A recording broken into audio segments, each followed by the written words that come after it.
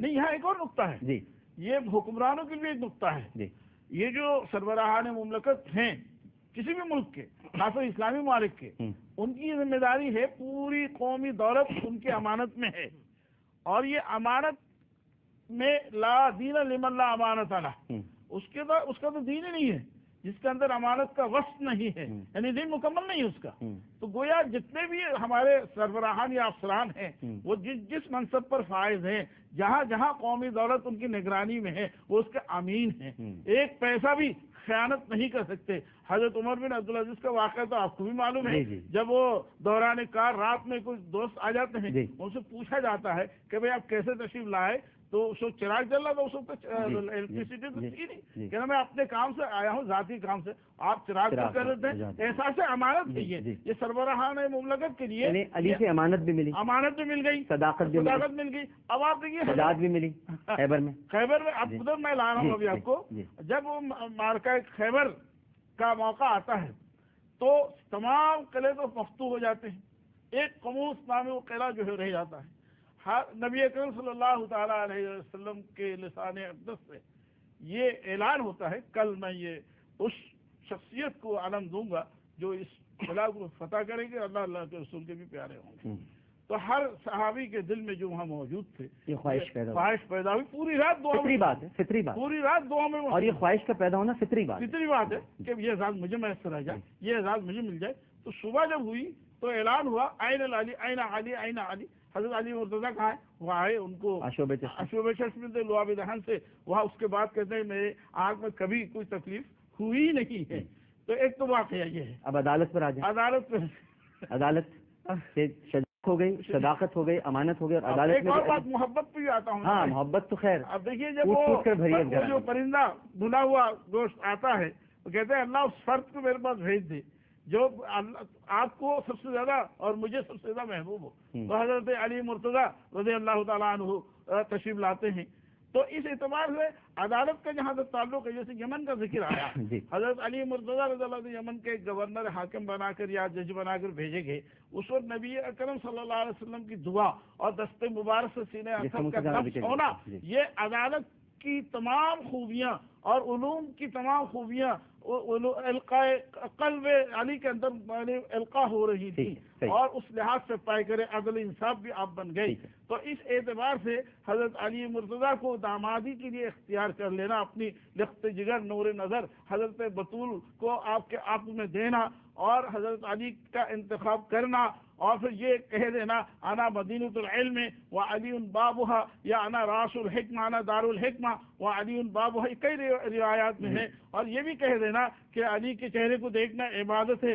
علی سے جو محبت کرتا ہے اللہ اس سے محبت کرتا ہے اور میں بھی علی سے محبت کرتا ہوں. اے اللہ تو علی سے جو مبوس نہیں کرتا سوائے منافق کے حضرت علی مرتضیٰ رضی اللہ تعالیٰ عنہ کے فضائل اور کمالات و جمالات. اور صحابہ کو جب منافقین کو پہچاننا ہوتا تھا تو وہ ان کے سامنے علی کی تعریف کرتا اگر چہرے پہ خجالت اور جو ہے وہ یعنی نفرت کے آثار نمودار ہوتے تھے تو وہ غدیر خم کا جو مشہور حدیث ہے وہ کہ جس کا میں مولا ہوں علی اس کے مولا. اگر جس پر کلام ہے کہ مولا کے معنی میں کئی معنی آتے ہیں میں دوست بھی کے ہیں مالک بھی ہیں بہت سے سارے جب ہم عام مولانا کو مولانا کہہ سکتے ہیں تو مولا بھی کہنے دیکھا بتا رہا. تو یہ بھی فضیلت علی مرتضیٰ رضی اللہ تعالیٰ عنہ ہے. اور سب سے بڑی بات یہ ہے جو رفاقت ان کو ملی سرکار دو عالم صلی اللہ علیہ وسلم کی کسی اور کو یہ نعمت عطا نہیں. کوئی اضافہ کرنا چاہیں گے مفتی صاحب تاکہ ہم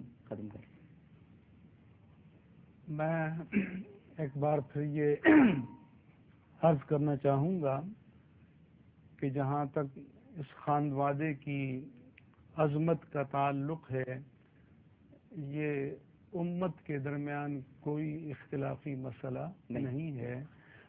یہ امت کا متفق علیہ اور اجماعی مسئلہ ہے اور ان کی محبت کے بغیر ایمان کی تکمیل نہیں ہوتی.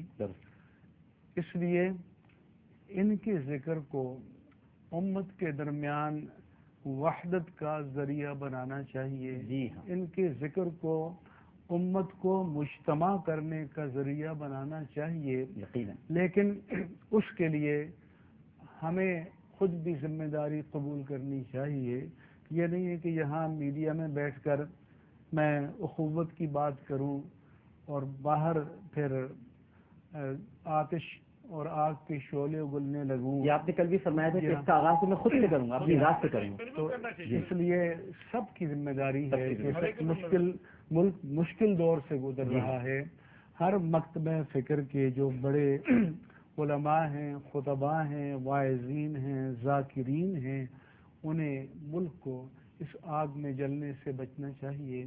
اور یہ ملک باقی ہے تو ہم سب کی پہچان ہے. یہ پروگرام بھی ہیں، سب کچھ ہے. اگر ملک نہیں تو پھر صحیح بات. بالکل اس ملک پر مشکل وقت ہے اور ہمیں سب کو یکجا ہو کر اس ملک کی سلامتی کی دعائیں بھی کرنی چاہیے اور اپنا کردار بھی ادا کرنا چاہیے. میں بہت شکر گزار ہوں پروفیسر مفتی منیب الرحمان صاحب آپ کا، پروفیسر ڈاکٹر فضل احمد صاحب آپ کا.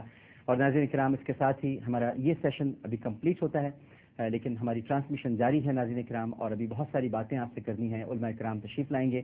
علامہ سید حمزہ علی قادری صاحب بھی تشریف لائیں گے.